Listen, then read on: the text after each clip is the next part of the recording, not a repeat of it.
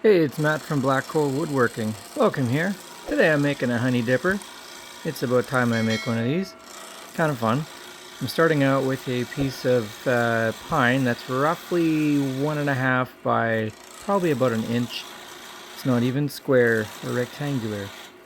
I'm using the skew to plane down, or peel actually, down the wood. I find this works the fastest to kind of get rid of all those corners. And what I'm doing is I'm sticking that skew chisel right at the top on the bevel and then pulling back slightly and pushing down firmly so that the blade just barely gets under the wood. And then from there it just kind of goes. So as long as you're keeping that thing firm to the tool rest and to the wood, it works a lot better than I thought it would. I did forget to say that this piece of wood is about 8 inches long, let's say.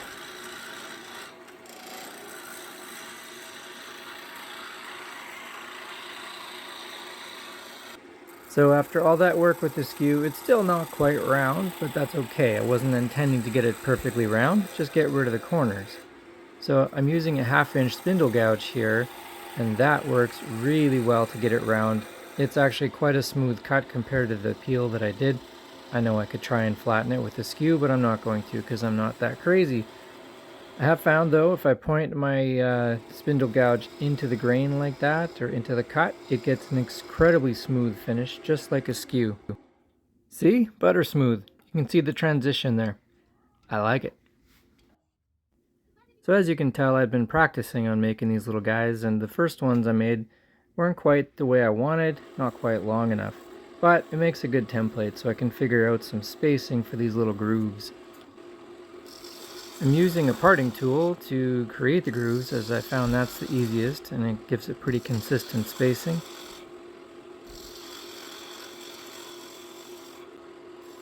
Using my 1/2 inch spindle gouge, I'm going to create the transition between the honey dipping part of the dipper and the stick.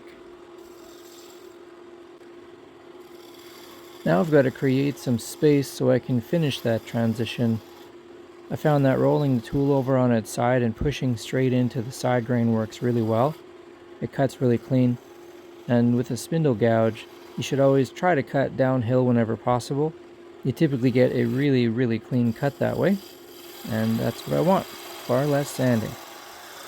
And of course it looks like I'm breaking my own rule by cutting this way, but all I'm doing is roughing this down to size now.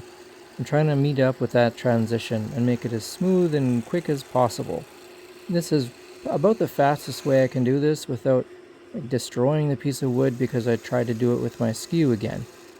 I might be able to do it, but it's the might part that gets me. Keeping my bevel straight on the piece of wood and pointing into the cut like this, I also get a really good clean cut. And that's again the point, is to get rid of sanding. A tiny bit more cleanup on that transition and I'm done. Oh, sanding. Yeah, not my favorite, but I showed a little bit of it just so you can see what I was doing. Let's move on. Here's the end. Now, I'm just using my skew chisel to cut kind of a taper into the end of this thing. I didn't want to have just a straight flat cut end. I thought the taper would be nice, and being cut with a skew, I cannot even sand it that smooth. So, it won't be. Well, you saw me sand, but that's just a little end nub, not the taper. This is the honey dipper. Thanks for watching. I hope you enjoyed it. Give me a thumbs up, throw me a comment. See you next time.